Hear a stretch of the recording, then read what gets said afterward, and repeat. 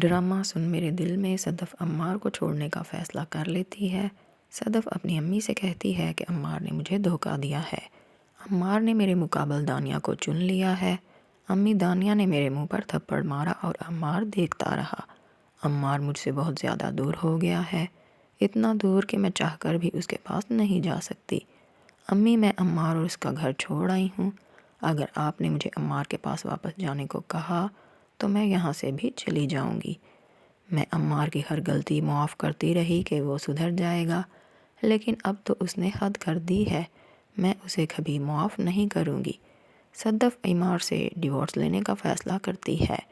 ہمشہ صدف کو منع کرتی ہے کہ صدف ایسا مت کرو، اپنا گھر مت اجاڑو، لیکن صدف کا فیصلہ اٹل ہوتا ہے۔ ہمشہ کہتی ہے کہ صدف اگر تم نے ڈیورس کا مطالبہ کیا تو عمار اسٹرانگلی ریئیکٹ کرے گا۔ یہ نہ ہو کہ عمار تمہیں ڈیورس دے کر دانیہ سے شادی کر لے، پھر تم اکیلی کس طرح زندگی گزارو گی۔ لیکن صدف کو اس بات سے کوئی فرق نہیں پڑتا۔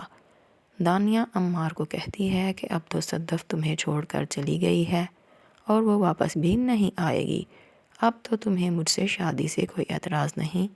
عمار دانیہ کو سمجھاتا ہے کہ میں تم سے شادی نہیں کر سکتا، اگر میں نے تم سے شادی کر لی تو صدف مر جائے گی۔ دانیہ عمار کو دھکا دے کر کہتی ہے کہ تمہیں ابھی بھی صدف کی ہی فکر ہے۔ عمار اب صدف نہیں آئے گی، اس کے خوف سے آزاد ہو جاؤ تم۔ اگر تم نے اب بھی مجھ سے شادی نہ کی تو میں کینیڈا واپس چلی جاؤں گی اور پھر تمہاری زندگی میں نہ صدف ہوگی اور نہ میں، فیصلہ تمہارے ہاتھ میں ہے۔ صدف اپنی امی سے ڈیورس کی بات کرتی ہے تو صدف کی امی کہتی ہے کہ صدف سوچ سمجھ کر فیصلہ کرنا، اگر یہ ڈیورس ہو گئی تو تم دونوں ہمیشہ کے لیے الگ ہو جاؤ گے۔ یہ کوئی گڈے گڈی کا کھیل نہیں، اور میری ایک بات یاد رکھنا، تم بلال عبداللہ کے لیے عمار کو کبھی مت چھوڑنا۔ بلال عبداللہ تمہاری عزت تب تک ہی کرے گا جب تک تم عمار کے نکاح میں ہو۔ طلاق یافتہ لڑکی کو کوئی اچھا نہیں سمجھتا، اس کی سماج میں کوئی عزت نہیں ہوتی۔